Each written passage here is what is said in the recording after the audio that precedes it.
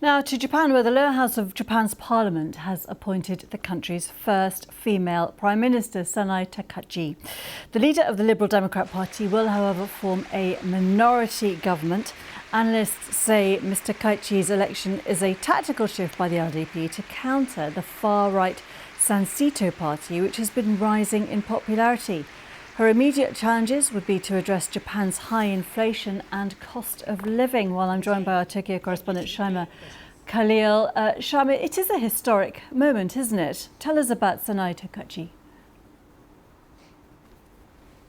It is a historic moment because for the first time, Japan has a woman at the helm. Sanae Takaichi is now Japan's Iron Lady, which is a long-time ambition of hers, being an admirer of the late Margaret Thatcher. But with her leadership, it means that Japan's politics has taken a shift to the right. Sanae Takaichi is a staunch conservative with long-standing stances, for example, against women keeping their maiden name after marriage. She long opposed a legislation that would allow married couples to have separate last names. She's opposed same-sex marriage. She is against women being in the line of succession in the imperial family. And during her campaigning for the leadership for the LDP, she has taken a staunch and a hardline stance against immigration, saying that she wants to stomp out and give harsher punishments for immigrants or foreigners that break the rules. And as you've said, it's all taking this direction to appeal to the more conservative electorate that has lately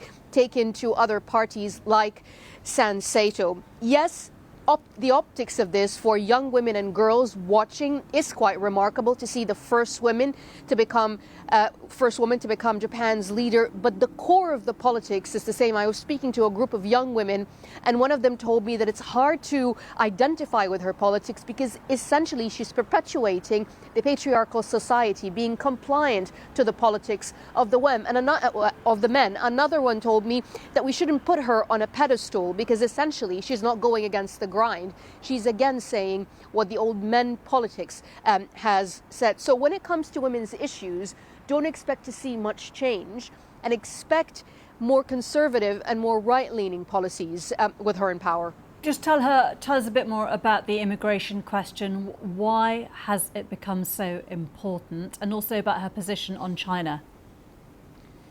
That's right. A couple of things. I think with immigration, it has become this issue because in the upper house elections, in the campaigning of the upper house elections, that was a few months ago, the right-wing party Sansito has used it as the main talking point, conflating the huge number of tourists that have come to Japan, and it has seen record numbers with the residents, the foreign residents, and the immigrants, and essentially portrayed this false narrative that immigrants are coming to take jobs, they've been given preferential treatment, and all of it is not true. But remember that Japan is a very homogenous society. It's a very conservative society. So there is concern among the Japanese about how immigrant workers, for example, are going to integrate in a country that is aging and that will need immigration to sustain its economy. When it comes to foreign policy, Sanae Takaichi is hawkish.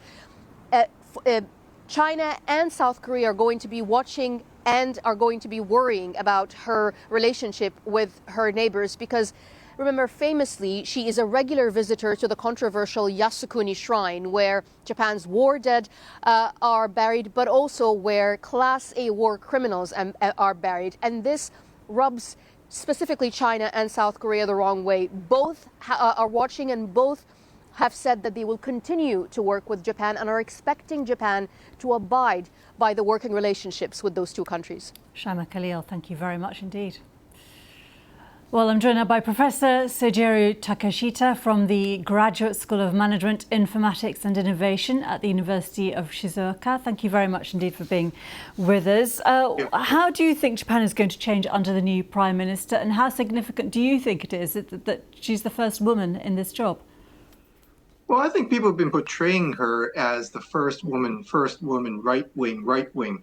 And I think a lot of the Western media has probably copied what the Japanese media is saying, which is very much inclined to the left. I mean, all the policies that she's saying and trying to implement are normalizing this excessively, pro-China or pro-left-wing type of movement, and she's just trying to normalize it. So, I don't find her being, in the right-wing region like the ones that you see in Europe, for example. So, I think she's taking very positive. You can see the stock market just boosting because she is very clear about her policy, about the expansion of fiscal policy to revive the economy and basically get things done. Look at the cabinet members. She's literally going for old Japan, which is quite different from the past prime minister, which focused on feeding the vested interest of their own, factions. So, I think one should look at things with a little more neutralized eyes on her policies. And how do you think she is going to deal with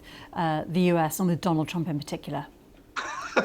Well, who is going to, cope with that? But, obviously, I think she's an advocate of Mr. Abe's policy, who's been very, very friendly with, the Trump administration. And although one thing that's predictable about Trump administration is that it is totally unpredictable. So, she has to have a very good right-left arm to support her, which she is. Creating in her cabinet members. Again, you got, very experienced people like Motegi-san, Hayashi-san, all these people who were rivals, on achieving the prime ministership. Again, she went for old Japan rather than, allocating factional members the favors. So from that point of view, I think she has a pretty good support within her cabinet. And also the China question, obviously Japan caught very much between these two global powers. Where do you think she will take Japan on that? Like I said, normalized state. And many people might portray it as right-wing because compared to Mr., for example, Ishiba and his regime, who are very, in my opinion, boneless, spineless policy against China, for example, not establishing anti-espionage law, which amongst advanced nations, Japan is the only nation that doesn't have this law, which is amazing in very negative issue. So she's just trying to basically normalize, to basically fight off the threat that we're getting from our neighbors, especially from China. And just about her as a person, she's obviously won this mandate.